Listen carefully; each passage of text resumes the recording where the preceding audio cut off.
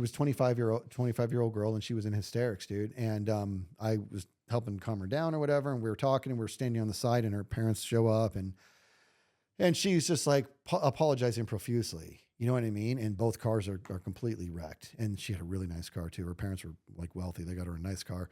And I looked at her and I channeled this guy, and I didn't even know I was, but that left this impression with me. I looked at the wrecks. I'm all, it's just metal and plastic. We're still standing here. You know what I mean? I said, it's just metal and plastic. That's all that is. You know what I mean? Like, just be grateful. Like you should be grateful right now, because that's all it was. It was just metal and plastic. That's all it was. Welcome back to the show. There's no telling where we'll go. So come and share a laugh on the Imp and Skizz podcast. You're looking snazzy today. That's still your intro? No, that's fine. I like it. Oh, man. Yeah. Look at us. We match. Yeah, we're matching. Good. Because we got here, you can't see the mic this way. Look at that. This is the Life merch. We got our new Life merch in, and it is it's so comfortable that I couldn't take it off. It's amazing. So let me hold on. Let's really unpack how this started. So for anybody who doesn't know, the Life, when we say Life merch, this is the Life series. It's a series that we do. Mm-hmm. It's the brainchild of Dr. Green, as I like to call him.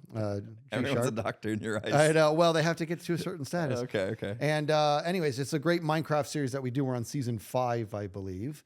And they did merch, and it's wonderful. So Drippy Heart hoodies, my favorite. By far. We got our stuff, and I came over. And you were wearing it. I'm like, God, I was gonna grab mine, and I'm like, I'll save it for when we were. At some point when the season wraps up, we'll do a podcast and just talk about the season. That's not today. Yeah. But we wanted to show the merch off because it looks awesome. One, I can't stop wearing it, and two, it's awesome, and it's not going to be available forever either. So no, that's a good point too. Yeah. So are we plugging it? Yes, we're plugging it. Yeah, it's in the description. Check out that link. You have it memorized. Lifeseries.shop. Boom. There you go. Check it out, because it's not going to be there forever. Yeah, once the series is over, I got to fill in the shop. It's not going to last much longer. So right. Get it while you can. But it's worth mentioning the quality is top shelf. Yeah. And it's more than just hoodies. There's shirts and there's hats and there's all sorts of stuff. So check it out. But hopefully we left a lasting impression on you with that opener, because that's sort of what we're talking about today, is just the concept of imprinting. This is this is an odd one. This is going to be a good one, I think, because this is one where I feel like we could get a lot of feedback from our listeners and stuff about, because as we're talking about imprinting, that means like you say something or do something and it affects another human being in a way, an unforgettable way, right? Yes. And so I'm wondering, as I started trying to like think of like, what are things I've done in my life that could have potentially had an impact on somebody else, the only thing I could really think of was this podcast. And this is like, this is fairly, because it's just the newest thing. And I'm like, okay, well, we have gotten some feedback in the comments from past podcasts, especially like what's stopping you is one that gets brought up a lot. But I really just in my life haven't thought of like too many times, like in my younger days or whatever, when somebody's like, oh, that's so good, that's going to change my life, or whatever. That's sort of the nature of it, is that you never really know when you are imprinting on someone, right? And so I kind of look at this. What's that? Unless they tell you, right? So that's the thing that we want to be very cognizant of here in regards to the fact that you can imprint on somebody in a positive way and you can imprint on somebody in a negative way. Yeah. And the premise here being that anytime you're talking, to somebody, be like, take heed of your words. Really focus on what you're saying, because you never know. You might be imprinting on them in that moment, and it could even be like benign. But the premise of it is that sometimes all it takes is a single word or a single gesture. It doesn't even have to be words. It could just be something that was done that is going to affect that person either positively or negatively for the rest of their lives. And that's the premise of it, is that it's like this permanent print that you're putting. It's literally like a stamp. You're stamping them, and now they have it now. And sometimes we do things to where if you did it wrong, and you imprinted in a bad way, you can't take that back. Yeah. No matter how hard you try, like to either. Well, sometimes when you say something and it imprints on somebody and it's a negative thing, you might realize it afterwards. I mean, that happens to me a lot, where it's like, oh, I really shouldn't have said that, or even getting feedback like, ooh, that didn't feel good or whatever when you said this. And it's like, well, there's nothing, you can try to like be better. Like that's always what we're trying to do is become better humans. Right. Mm-hmm. But like you said, the fact is like, there's always going to be a scar of some sort when you imprint. Like even if you do everything you can to make up for what was said, there's always going to be a little bit of a scar there, I think. Yeah. No matter what. So, and it doesn't mean that you're a bad person that you did this. It doesn't mean that. No. It just means that like I would venture that you can start to entertain that you're a bad person if you just are constantly doing it and you don't care. But there's something to be said for that's the word right there is whether or not you care. Yeah. That you've had a negative imprint on somebody. Yeah. Like obviously I do whenever I find out that I might have said something, and it happens. I mean, we're on episode. We're on 69 today, right? Nice. So yeah, after 69 episodes of this podcast where we talk for an hour-ish each time and words just flow, Yeah. I'm not always thinking about what I'm saying. I'm not thinking about what I'm saying right now. I'm going to sometimes say something stupid. I'm not thinking about what I'm saying. I could probably, there's maybe you can count on your hands how many stupid things I say each podcast. And so how many of those things that just come out maybe poorly worded.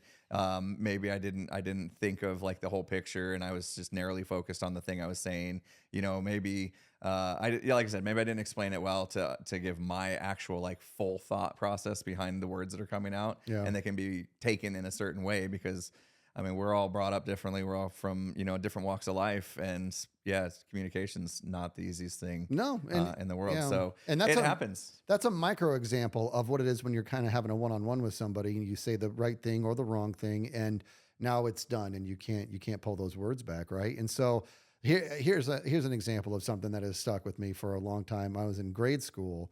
I mean, we're going back. I was going to go back to grade school too. And that's the premise of it, right?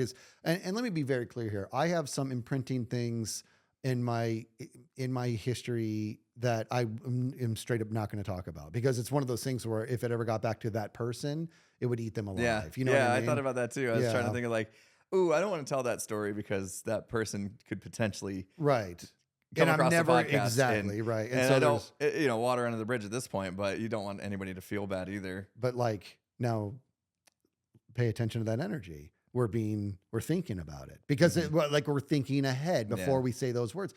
So now this one I'm fine talking about, but it was a big deal. So when I was younger, I wanted to. We've talked about this before, but I always wanted to be an actor when I was younger. And as I grew, I realized I still want to do stuff like that, but really like directing is what I want to do. It turns out, and we've talked about that. But the bottom line is this: when I was in grade school, I wanted to be an actor, and my teachers knew that. And so and I was a good student, and I was kind to people and all that. And I was they didn't they kind of liked it. They would want to hear about the plays I was in and stuff like that. And so keep in mind, it's grade school. I'm a very young kid, and.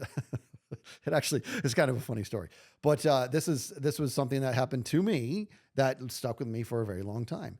I was at the chalkboard. Yeah, chalkboard. In case you don't know what a chalkboard is, it's think of a grease board today where you have the markers. A chalkboard is quite literally chalk in your hand, and I don't even know what's a board made out of. I don't even know what that material is. Yeah, I don't know, but they like sell paint now. That you can paint that chalkboard paint on where chalk will actually write. Are you on serious? A paint. Yeah. So you can turn any wall into a chalkboard. I guess now. so. There you go. But so chalk was yeah. So whatever it was anyways, I had to be up there and I was doing a problem for the class or whatever. It was my turn to be up at the board. And my teacher was there and she was great. I really do like this teacher. Like she was one of my favorite teachers of all time, but that's probably why this hurt so bad. What grade was this? This was in fifth grade. Okay. And so I don't know if everyone watching probably has different grade systems and fair. That's a good point. So fifth grade would probably be about 11 years old. That sounds about right. Yeah, somewhere in there. 10 or 11, something like that. That's about that. Yeah. I'm also out of touch. Anyways, so I'm up there and somebody comes in to talk to the teacher from outside. So now the class is essentially paused.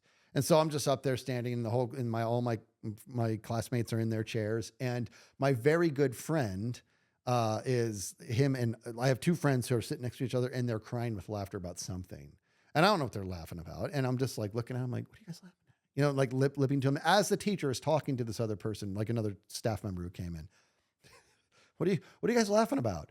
And I'm looking at him, and one guy points to the other, and he wrote, he farted. Right. And now we're kids. It's still funny. And I'm like, oh, and so I pretend to, start to write it on the board that so-and-so farted. You know, you should do this, but I know it's going to be funny. And I'm just doing one letter at a time. And I look back at him and he's like, don't. And I do one more letter. And I look back, he's like, stop it, you know? And just for the record, I just got to put this out there. The person in question is Do You Shave? That's the guy that's his online handle. He visits my stream sometimes. And I do another letter. He's like, da, da, da. And now other kids are cracking up, you know? And so now I have this fun dynamic to where it's like, they're like, no. And I'm not going to finish it, but like, I'm just like messing with them. And then I look over and my teacher's looking right at me. I'm like, oh, busted. You know what I mean? And she says to me, I don't think you're an actor. I think you're just an entertainer. And it was, there was no way she could possibly know what that felt like, right? And so in that moment, I didn't like combat it, and I erased, you know, I was like, I'm sorry. And I erased it and, you know, played it off or whatever. It was fine. That was in 5th grade. That was a very long time ago. And I remember that moment. Right. And so this was a time where, and she, for the record, and she was a wonderful person. So there's no world where she was trying to imprint or be negative or anything like that. That doesn't exist. She was a wonderful person. It was just one of those things to where had she maybe thought a little bit more, it was not just it was very clear that acting was my passion. That why would you say that? Yeah. You know? And Ouch. so that one just, that stuck with me for a long time, to the point to where anytime after that I was making people laugh, or I had center stage and I had attention and people liked what I was doing. And in the back of my mind, I was like, maybe you're just a jester. You know what I mean? Like the whole time. And like, isn't that crazy? Like, really messed with yeah. you. Yeah. And Wow. it's a dark one, right? Oh my gosh. Okay. All right. Okay. So it's funny because like as I was like sitting here trying to think of like, oh, what were some negative imprinting moments for me? You know, I came up with the ones that were too harsh to even bring up, like we talked about.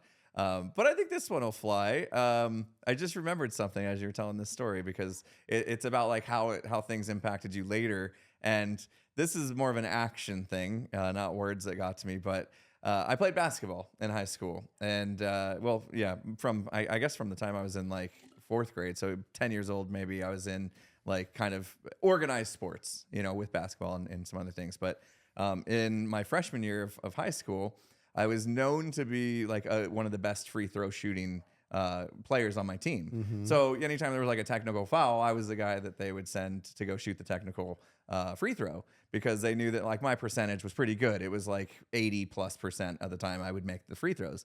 Well, that's because I had my own, like my parents were just so supportive that they basically poured a concrete basketball court in their backyard during that time in my life. And they were just really, really supportive. So I would go out into the backyard and just shoot free throws for hours, you know, hundreds and hundreds of free throws. And it was always my thing.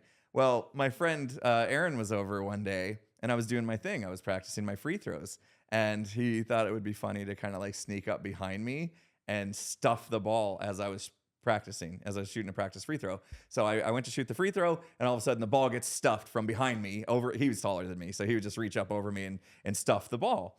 That did something to me mentally, to where every free throw I shot after that happened, I was afraid I was going to get the ball stuffed, even though I knew it's a free throw. Nobody should be messing with you during a free throw. But because he did that, like all of a sudden my percentage just tanked. Yeah. And I could not make free throws to save my life, because every time I was afraid that I was going to get stuffed. It just did something. Yeah. It just stuck with me.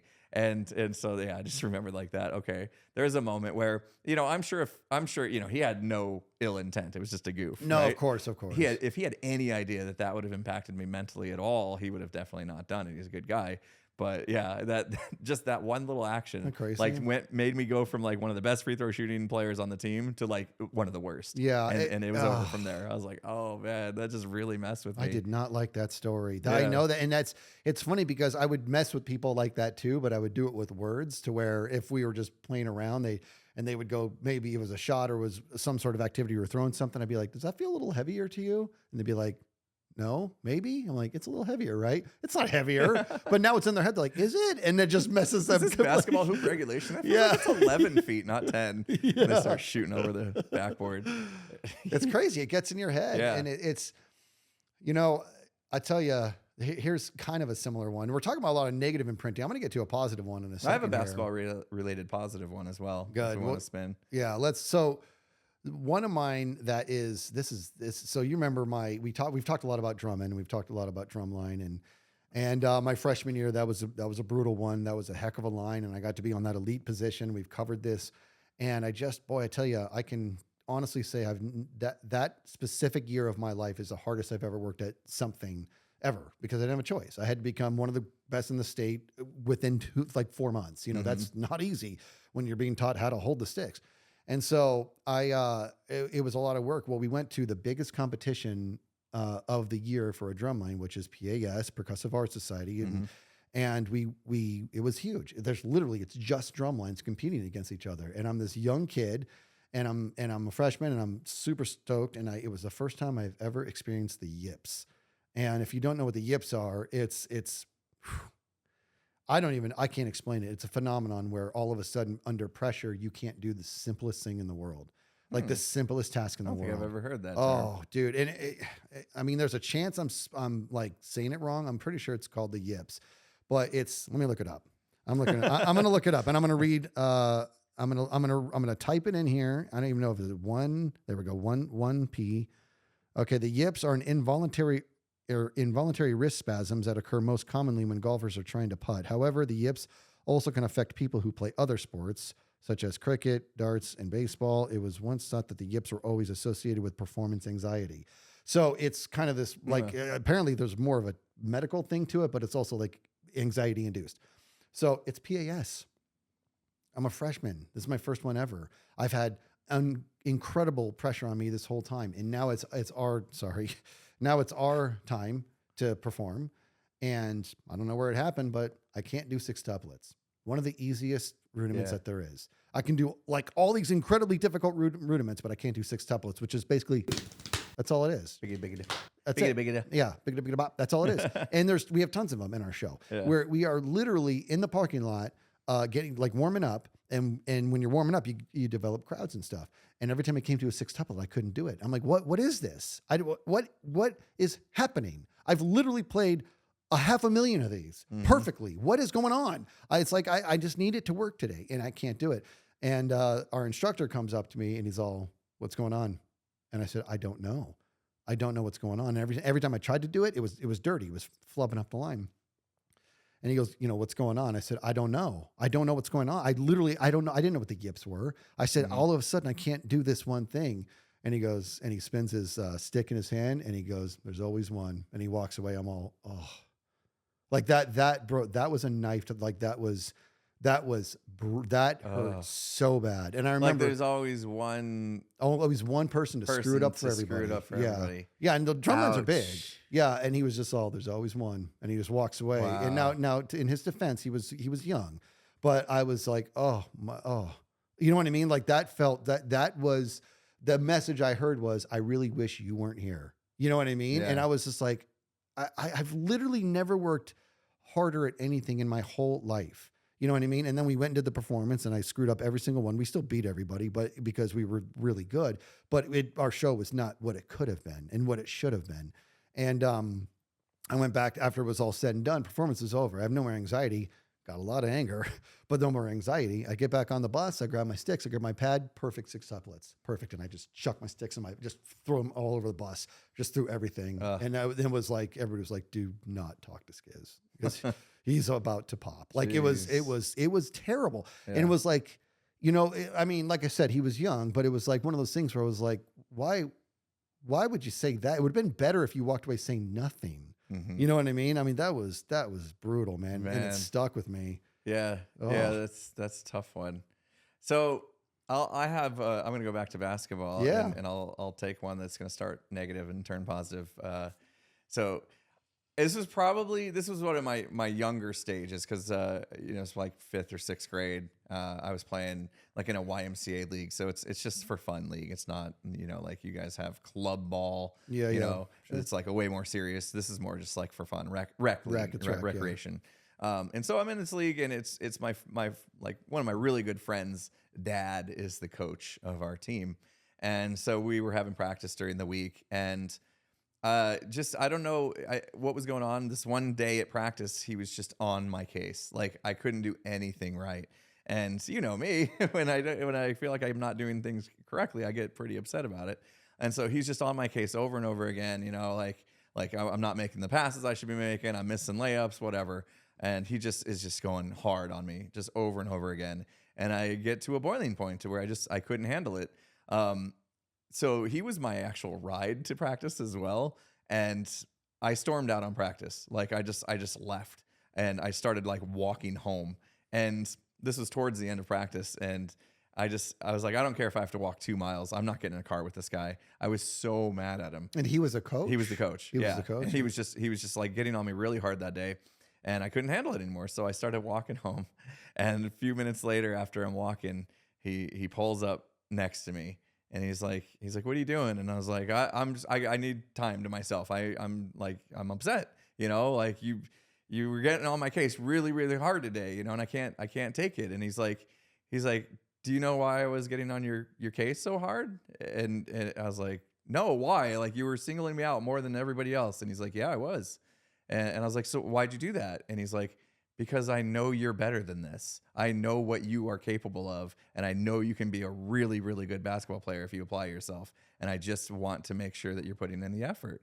And I was like, and that's when it hit me. He wasn't just tearing me down to tear me down. He was tearing me down. He was trying to help me get to a next level, right? Yeah. Like I had gotten to a level where I was good and I got comfortable there. And he knew the only way I was going to push myself to get to the next level was to dig into me a little bit. You know what I mean? And really like kind of push me and motivate me in a different way. And that's what he was doing. And so when he told me like, oh, that's his reason, I realized he's right. Like it took me a minute to calm down because I was upset, but I realized he's right. I'm not pushing myself anymore. I got to a point to where I was one of the best players on the team, and that was good enough for me. I didn't feel like I needed to continue to push myself, but he was pushing me for me, basically, was what he was trying to do. And once I understood that, then I actually like it made so much more sense that I could put up with it. You know what I mean? Like coaches, it's hard. It's hard, especially for a rec coach that's you know, like not a professional coach. Yeah. It's hard to find that balance, and he may have gone over, but like once he explained to me why, I was like, okay, he saw something in me that I didn't see in myself, and he's just trying to help me elevate myself to get there. And sometimes it takes a little push, you know? Yeah, sometimes it did, but yeah, I can dig that. As a coach, you're biting your tongue. I can literally see you biting your tongue, pissed off that this guy pissed me off.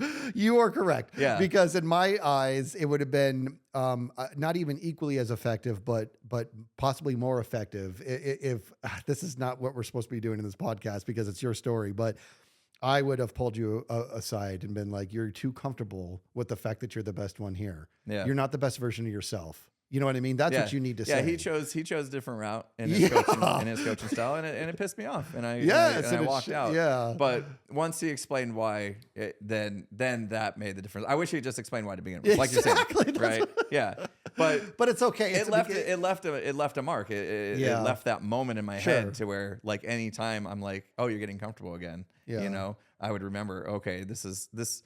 He had faith in me. He saw something in me that I didn't see in myself, and he was just trying to figure out how to bring it out. Yeah, and he had the best intentions, even though it didn't feel good at the time. Yeah. So no, I understand, and for the record, I could very well be wrong. Maybe that would have been maybe he tried the other things and they didn't work. Exactly. You know? And I don't remember those because they didn't imprint. Exactly. There you go. That's my point. He could have tried it and been like, oh, okay, I guess I have to piss him off, you know, and maybe that's the case. That's what motivates me, piss me off, I guess. Yeah. That's amazing. But it did make me feel good that he turned that around to say, like, I'm doing this. I'm singling you out because I feel like you have some promise if we can just tap into that energy. You know, and so I was like, okay, well, he's right, you know, because I got comfortable, you know, it happens. So no, I understand. Well, I'll tell you what. Here's an interesting story of positive imprinting that was done to me a long time ago, and this was just through. This is going to sound crazy, but this was my oldest brother. He was off to college, and I was still at home because we're like 8 years apart. And he's off to college and I'm still at home, and he comes back to visit. And he used to talk about how whenever he'd come back home for a little bit, it just felt like the amount of growth I was experiencing was just like supernatural, right? Because I was at an age where you do grow fast, you grow bigger fast, you know, you get smarter, you get, your attitude gets more cocky or the other direction. And he comes back and he visits for a bit, and we get caught up on each other's lives, and he goes and he writes this. I can't believe it. He when we're done, he goes back to college. It's done. And I miss my brother. He's back off to college. I walk into my room, which was a room that him and I used to share together, and he taped a poem up on the mirror. And it was a poem about me, which was like, I get teared up here. It was a poem about me. And I don't remember like the whole, I remember how about this? I remember the energy of the whole poem, but I only really remember the last like stanza, right? The very last like 4 lines or whatever it was.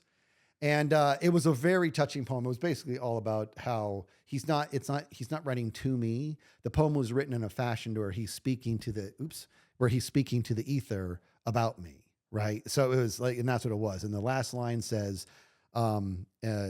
he says, and hear me now, on this young stud, I'll all my money bet. Because though I'm proud, I'll say it loud, you ain't seen nothing yet.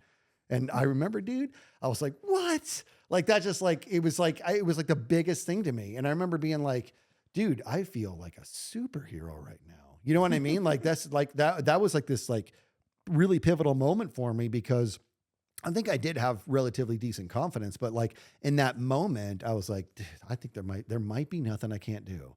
You know what I mean? It was just like nice. A really, really awesome moment. And what's funny is, here's the thing I know that I have no idea where that piece of paper is. None. I just know it's somewhere in my possession, because there's not a chance I would have ever thrown that away. Yeah, so it's in some sort of old storage box or whatever. Find it at some point. I gotta, yeah. Oh, that's gonna be fantastic. Yeah, and he probably has no idea that I enjoyed the poem that much. He probably has no idea.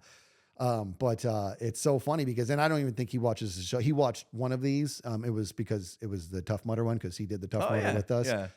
But if he ever came across this, then that was good, man. I set you up for success. Yeah. Oh, you did too. I don't remember the exact words, but I think, was it a picture of you? You'd like, we used to have like the pictures. You get your school pictures, and then like you write a note on the back, and like, I have a picture of you with a note from you to me, and it was like my sophomore year, your senior year, and you were kind of big up in me. I can't remember the exact words, but it's in a like hard, the plastic cases you keep like baseball cards. Yeah. Like I put your picture in one of those hard cases to preserve it, because it's got that message on the back. Does it? I wish I had thought about it. I would have got it out as a prop, although you would not want me to show everybody what you look like. No. We don't need to do that. No, that's another time. At that age, I was a sophomore in high school. I definitely was in need of some words of affirmation, to make sure that I was on the right course with everything I was doing as far as drumline goes. You were the section leader, and it was that. It was like you'd seen something in me and just given me some positive, advice on keep it going, keep pushing myself. And I kept it. I still have it. That's cool. I'm not allowed to show anybody because it's got a picture of you from high school, but my long hair, my sides of my head shaved down to the skin, and I was a punk. I was a punk drummer. You mentioned a teacher that said some wrong words to you. I had a teacher in 5th grade that I'll never forget. Like there was just something about her that made me want to learn, and the big deal in her class was, it was like world history was like her thing. She had some kind of like German heritage, and she just really loved world history, and so she would teach it. And I remember at first I really wasn't into it. Like I didn't understand like why I cared about something that happened thousands of years ago or whatever. Yep. And I was an inquisitive kid though, and so I went up to her, and I wasn't doing well in the class to begin with, first couple weeks in the class, and I went up to her, and she was kind of like, what's going on? Like why aren't you doing well on the test? Why aren't you doing well on getting your homework in and stuff like that? And I was like, I don't really see the point of needing to know this. Like why do I care about something that happened thousands of years ago in a country that I'm not from, and that kind of thing. And she said, well, we need to understand the past and the mistakes that were made in the past to make sure that we do better in the future and not make them again. And it's important to understand where we came from and where this world came from. And I was like, it was just like the right words at the right time. Yeah. Because from then on out, I was into every bit of it. Like I turned around and became one of the best students in the class. Like she had like this whole like 100 facts thing that she was going to test us on. I memorized every one of the 100 facts of like overnight. Like I was just so into it. And then that carried on like throughout my life. I've been like interested in cultures and world history and all this stuff. And that's all because she said the right thing at the right time when I just didn't get it. You know what I mean? Yeah, I like that a lot because that's what is the phrase? Like those who don't understand history are doomed to repeat it. And that's, right.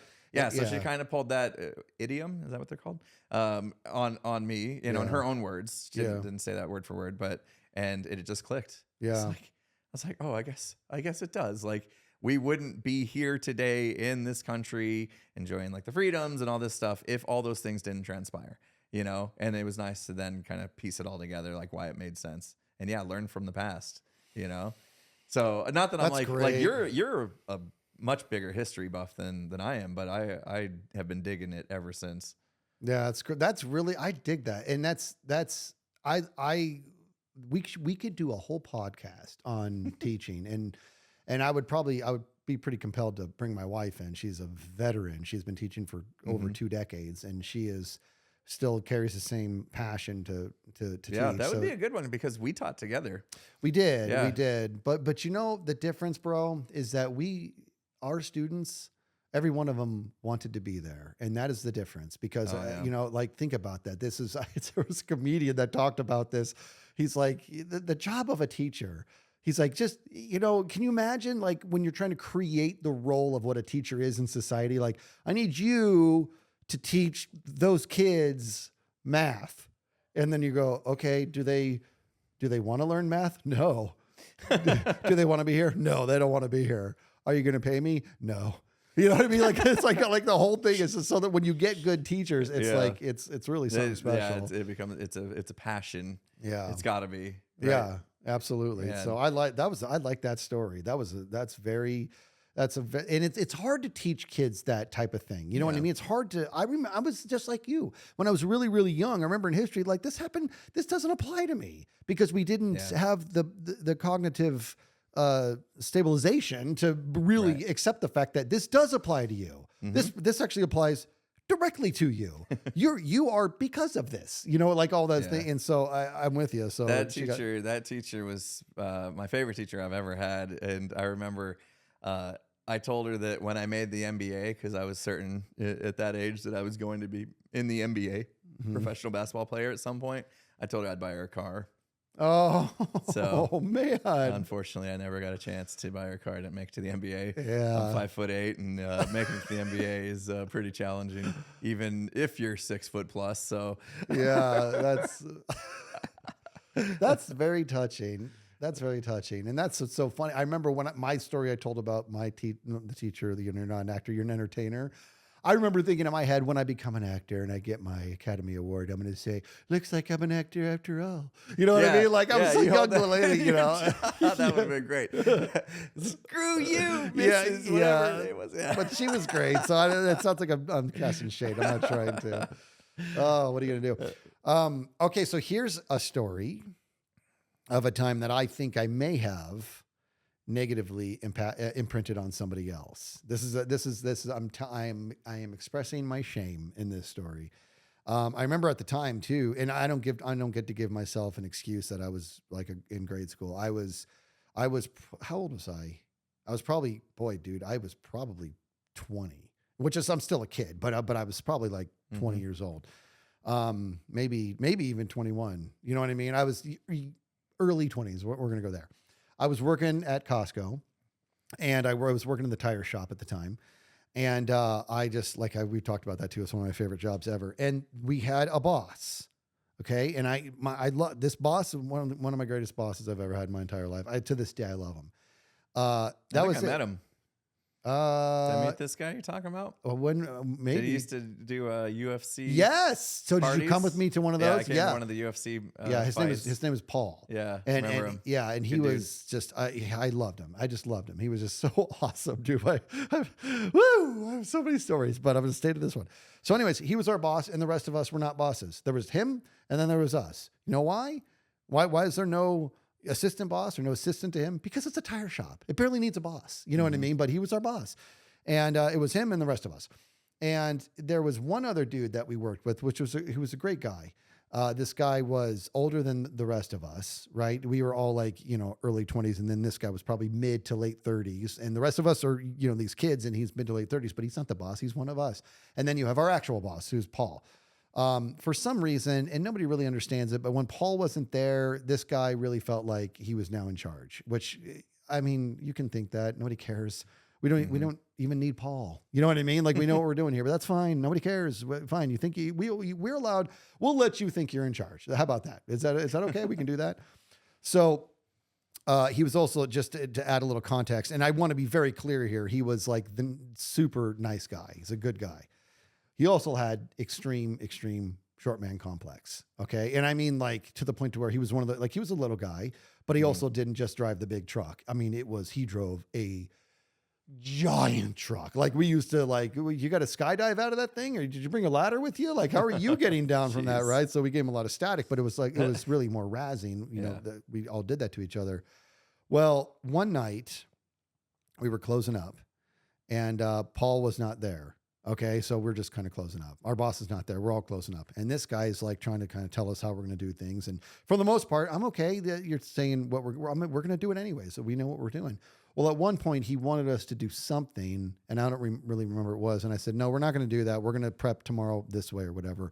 He's like, no, we have to do it this way. And I'm like, no, we're not doing it that way. This is what you know what I mean? I'm like, this is what we do. And for tomorrow's crew, we want to make sure they're ready, and we're going to prep for them. And he's like, no, we can't leave, equipment out or whatever. I don't remember the nuances of it. And I said, dude, it's fine. This is what we're doing. He goes, no, man. And he goes, because you don't understand. If we don't do it this way, he goes, then it's my ass. And I was all, it's not, because you're nobody, dude. You know what I mean? That was mean. There was no need to say that. And this is not one of those things where I grew up and in my 30s, I realized, boy, that was uncool. I felt it less than a second after the words came out of my mouth. But like, we started this podcast, I can't undo that. You know what I mean? You can't, I already said it. It already went into his ears, and his brain already processed what I said. And, to his credit, man, he goes, Skizz, come on, man. You know what I mean? Like as in, that was really mean. And I remember being like, that was really mean. Like, I did not mean to do that. And I don't know, maybe he forgot about it 10 minutes later, but I know I didn't. You know what I mean? So it's like, if I'm remembering, there's a very good chance that from that moment, like, he went home and he's like, he's right. I'm nobody. Yeah. You know what I mean? And so that's just sent him down a downward spiral of negativity. It was so messed up. And I tried to undo it right then and there. I said, well, you know what I mean, man, but nope. You can't unring that bell, man. You already did it. That's the worst. Yeah. Oh, that one hurt. Yeah. I mean, like I said, I was having a hard time like coming up with moments that I've said something and I knew right away that I imprinted in a negative way. But over the course of the past, 10 years being on camera as much as I have, and with the podcasts and with all the streaming, you know what I mean? We're talking every week, potentially 15 hours I'm live in front of a camera, just spewing words. Yeah. You know what I mean? Yeah. Because like you don't think, I mean, especially when you're streaming, you're scatterbrained, right? Like, you're worrying about maybe playing the game. You're worried about reading the chat. You're worried about lighting and everything. Keeping up with donations and moderation and all that stuff. There's all these things happening. And it's like one of the last things that you're thinking of is the words that are coming out of your mouth. Yeah. So I've probably had multiple times where I've said stuff on stream that have negatively imprinted on people. And chances are it's just, I didn't give the words enough thought, because sometimes you don't think before you speak, and or maybe things come out wrong, or maybe I was having a bad day. Like, we all are entitled to having bad days, and sometimes maybe don't go in front of a live audience if you can't at least control yourself. And there's been times like that. So I'm sure I'm sure there's plenty of examples out there. I don't need to have the comments flood me with all their ones. You know what? It's going to make me feel bad, but we've talked about it before, and I'll give you a time that you negatively imprinted on me, and you were not trying to, dude. You weren't trying to. And for the record, this is really more funny than it is some sort of negative thing. It actually was really funny what you said, and you were trying to be funny, and it was funny. But as we know, things are funny because there's a degree of truth to them. Mm-hmm. That's just how humor works, and we have to be okay with that. And it was like I'm pretty sure we've either talked about this on this podcast in the past or we were collabing streamer. I don't care. Anyways, you know, my exodus from high school was it was interesting. It was high school was a fun experience for me. I got to be kind of a big dog, and I got to really come into my craft and really affect a lot of people in a positive way. And I felt good. I felt like I had a good, and now it's time to move on. So I did. But the moving on also meant that it was not going to be long before I was going to be a dad. And now everything is shifting. So everything, when I became a dad, everything just moved around for me, and I had to kind of divert my focus. And that's why you and I lost touch for as long as we did. And, years later, we're both back at that school because we're going to teach or whatever. And I don't remember the exact context of this, but I walked in and now we're going to teach together. And I was like, man, look at these halls. Like, this is blowing my mind. And I was like, looking, all these memories are coming back to me from those times. And I said, I'm such a has-been. And you said, you have been a has-been. Oh, dude. That was like, dude, has-beens are worthless. You have been a has-been. You're not even a memory, is what you told me in that moment. Like, you're not even a memory anymore. And it was a funny joke. But I remember I was like, oh, that was. we were 2 years different. I know, dude. That's why there's like, how much seriousness could there be there? I know, none. No, you weren't. It was true. You said it was true, and it was very hurtful. But you were not trying to be hurtful at all. Like, this is what I mean, right? This is one of those things where it's like, when it comes to imprinting on people, sometimes it's a nice surprise if you imprint on somebody unwillingly in a positive way. That's good. It's a landmine when you imprint in a negative way unwillingly. And that was one of those moments. I genuinely believe that if you thought for a second it was going to bother me in the slightest, you wouldn't have said it. Yeah. You know what I mean? But it was like, it was, so you made a funny joke, which for the record, that's really funny. That's a really funny phrase. You have been a has been. I do like it. But that one hurt. I'm like, he's right. I'm not even a memory anymore. Like, that's different than being a has been. A has-been is the guy who's like, that guy, oh, dude, he used to be something when he was here. And now I'm that, who's that guy? Who is that guy? You know what I mean? Yeah. And here's the best part of that. It was like 20 years ago or something, like over 20 years ago. You know what I mean? But no, there's not a chance that you knew. There's not a chance that you were trying to do that. But see what I mean? But I'm illustrating that stuff can happen in a blink of an eye. You know, it's crazy. Yeah. I was just thinking, I thought you were going to go to some story about like us playing Minecraft, and I would like made you feel like you were terrible at Minecraft or something. But well, I am terrible at Minecraft. So Etho at the end of the season saying, "I love you, Skizz. I just wish you were better at this game." As he finished you off for the season. That didn't stick with you? No. That didn't? No. Okay. I here's the bottom line. The reason that didn't stick with me is because I have no pride in being good at Minecraft. I don't associate any part of my identity with being good at Minecraft. It would have hurt me if he said, I just wish that you were more entertaining, or I wish that you fit the series better. If he said something like that, I probably would have never come back. You know what I mean? Like something to that effect. No, I wish you were better. That was so funny. I mean, it was a brutal blow. But it was just funny. It was so funny too, because it's Etho, right? We love Etho. He's the nicest guy on the planet. He's wonderful. The second it happened, he looked at me and Tiger was like, was that too much? Like, he immediately felt bad, as if he was worried that they was actually going to imprint on you in a negative way, I think, in that moment, you know? Yeah. Like stuff like that happens, you know, especially when we're doing improv. Like you're trying to be witty and funny and stuff, and sometimes you just say things that like could cross a line, you know. It's just part of it. Yeah. Like, there's been times when we did the live series and I'd say something and then later be like, can you cut that out? Because I'm not really happy with the way that came out. You know what I mean? Yeah. Like, I think twice this season already, I've asked for a person that was in a scene with me to like, maybe don't show that, because like that did not come out the way I intended it. But the alternative is to just be quiet, and that's not Doesn't what work. the series is about. Yeah. So sometimes you swing and you miss, you know, and and sometimes you swing and you hit a home run. Yeah. But, well, that's what makes this series. I can't wait to do this the live series podcast. Yeah, the recap of the season's gonna be fantastic. But that's what makes this type of medium so interesting, is that when you're making a video by yourself, you're juggling. Look at me juggle, right?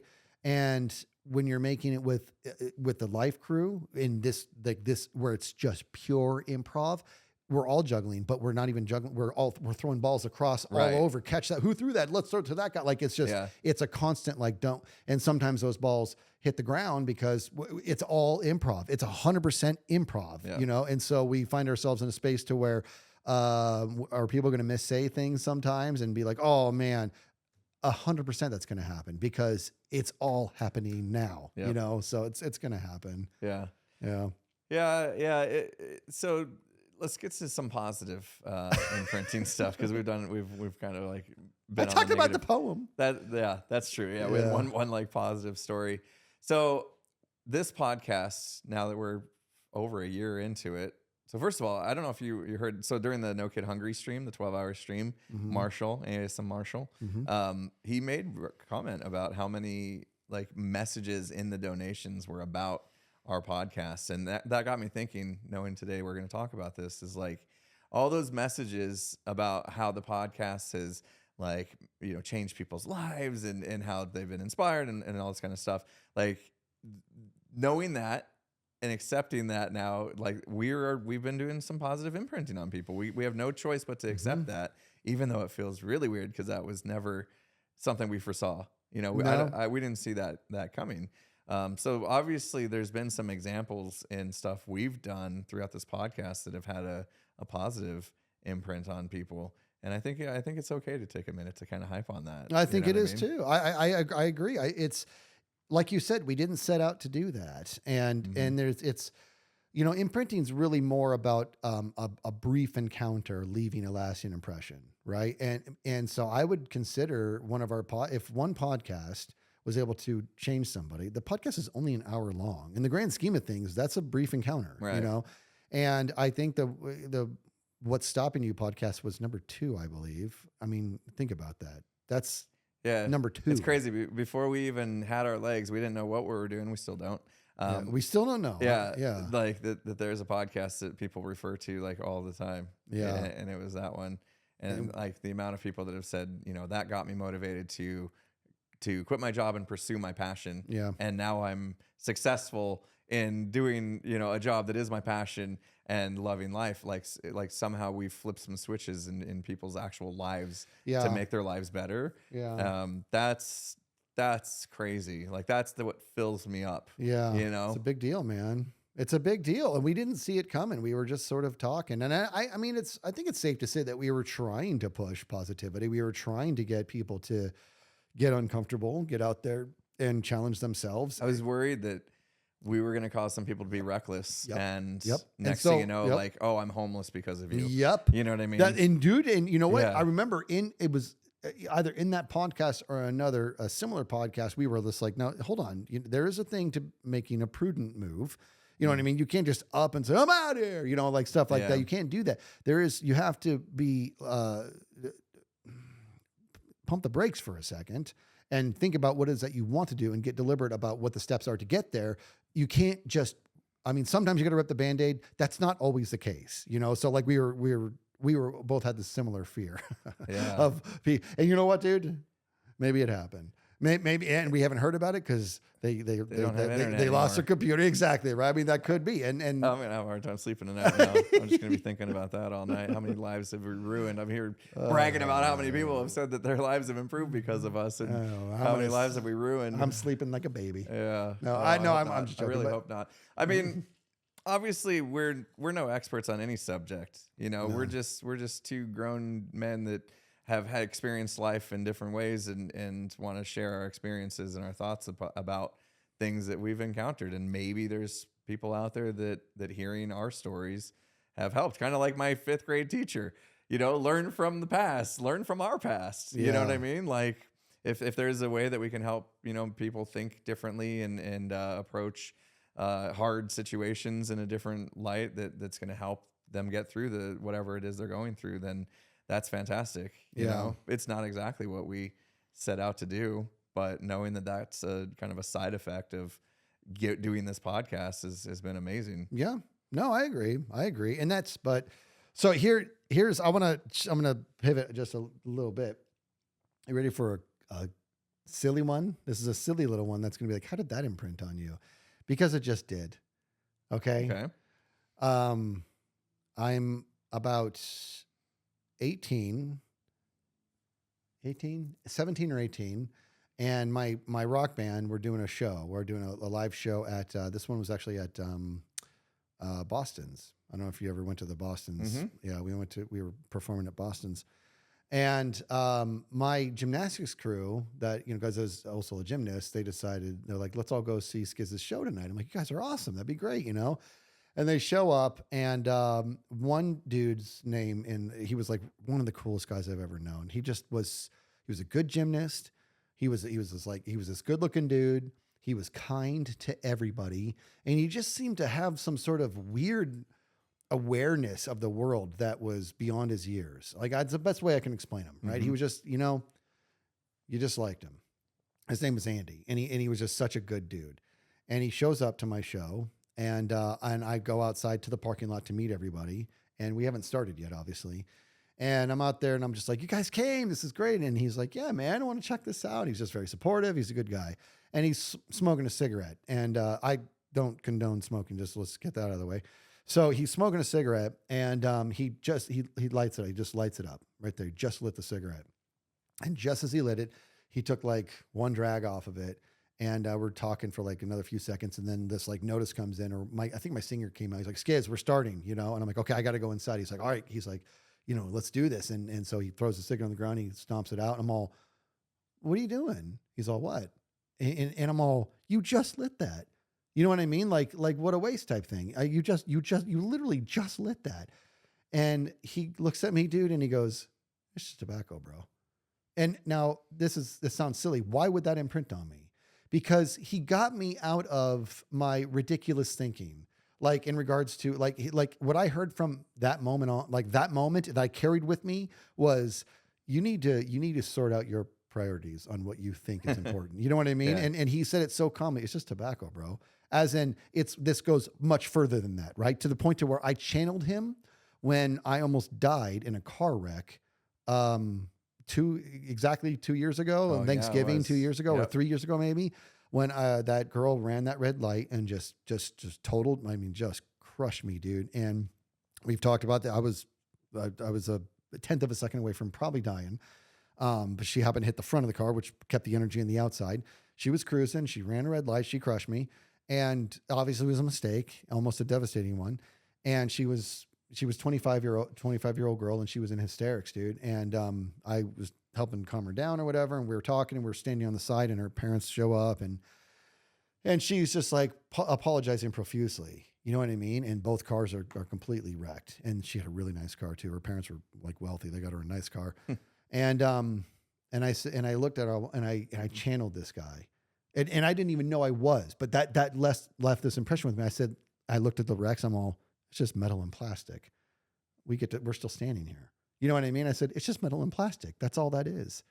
You know what I mean? Like, just be grateful. Like you should be grateful right now, because that's all it was. It was just metal and plastic. That's all it was, And at the end of the day, that's all it was. So when he was like, it's just tobacco, bro. Like he taught me something in that day. Yeah. He imprinted on me with just a handful of words over something super benign that I carried with me for the rest of my life. All of a sudden, all the things that I was putting so much gravity in, I found myself evaluating each and every one of them. Is this really worth my time? Is this really worth my energy? Yeah. And more often than not, no. No, it's not. I used to care about it, but I'm realizing at the end of the day, I really don't care. If I drop my phone right now and it's shattered, I'd be like, dang it. You know what I mean? Now I have to get another phone.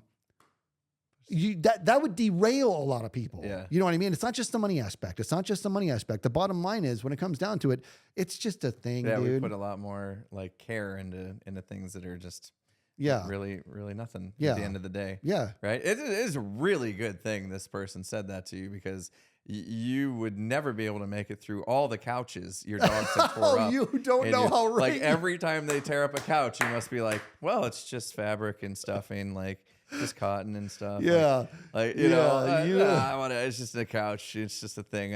I got my dogs still. They're, you know. I love my dog. You know, you don't know how right you are. Now, I'm not bulletproof because I bought a brand new couch, but it's upstairs in my master bedroom.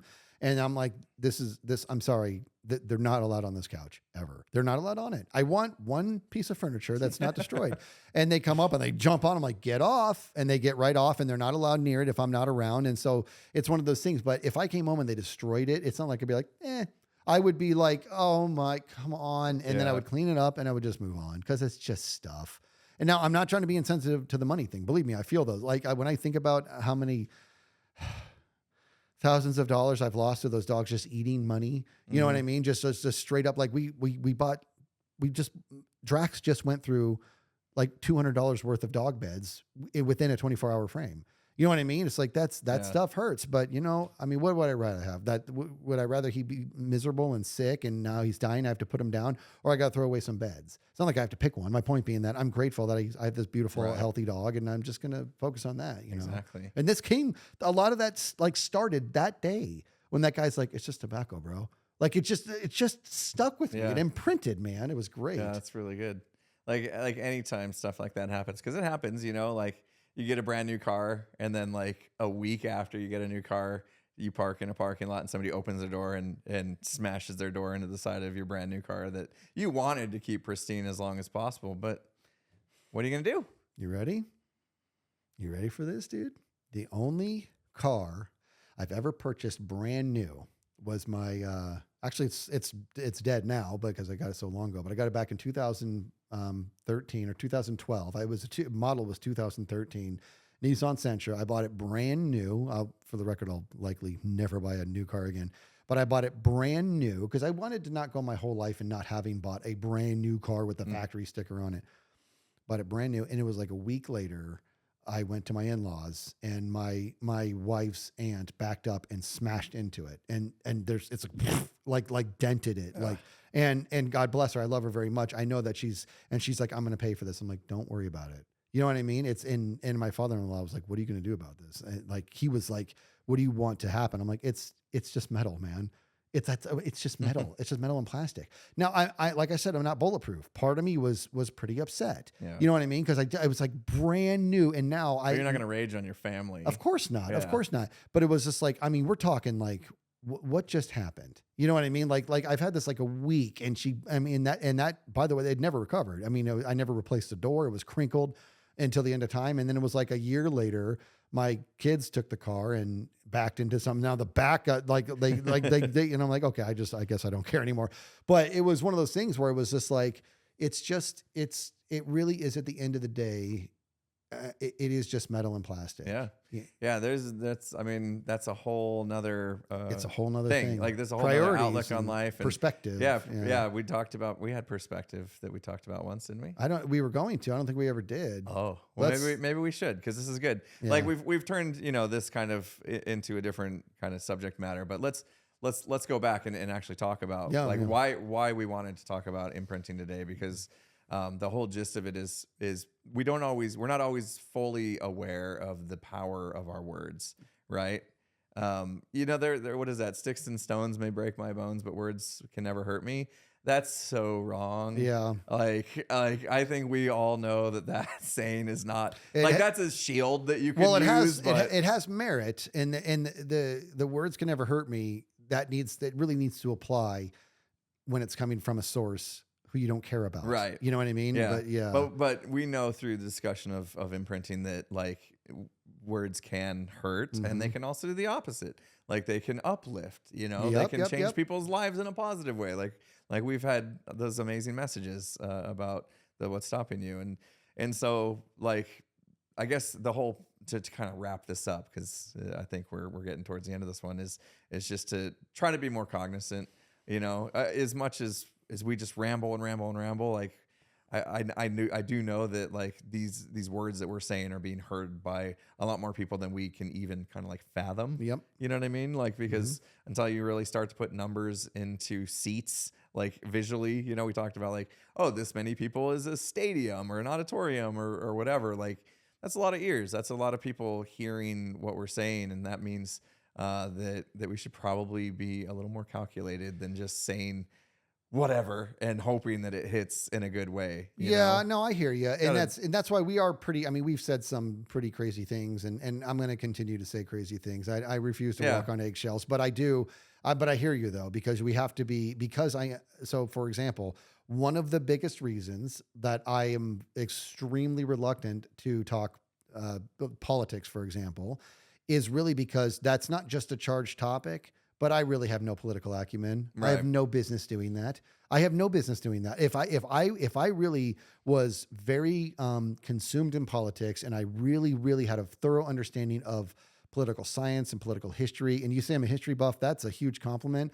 I feel like in regards to what I would like to be as a history buff is I'm about 0.01% there. In regards to I want to know it all, but you know what? I don't. So to that end, one of the biggest reasons I don't talk politics is because that is extremely irresponsible for me to sway people when I really don't know what the hell I'm talking about. Right.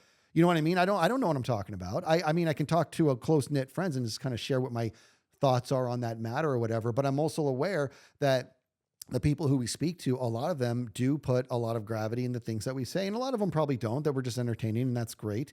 But some of them are going to put gravity on what we say. It's why in the beginning we were so compelled to say that we don't presume to be the authority in anything that we're talking about. Multiple times. Yes. And it's all like benign topics, like stand up for yourself and do this and that. And that's all well and good.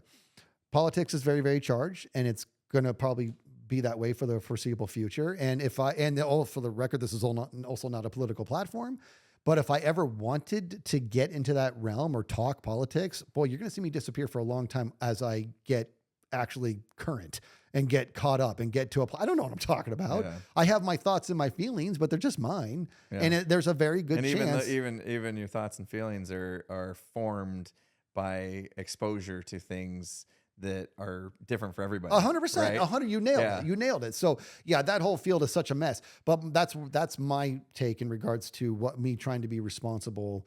You know, I don't love it when celebrities leverage their clout into politics. You don't know anything. You don't know anything. Some of you do, but a lot of you don't. You have no idea what you're talking about. So just zip it. You know, like that because you're swaying people, and that's irresponsible. Yeah. So that's a form of imprinting. It's almost like not even imprinting. It's bigger. It's bigger, right? So you got to think about this when we talk. And people like what they hear, and their life gets a little bit better for whatever reason. That's great. They're the ones who did it, not us. But it doesn't stop there.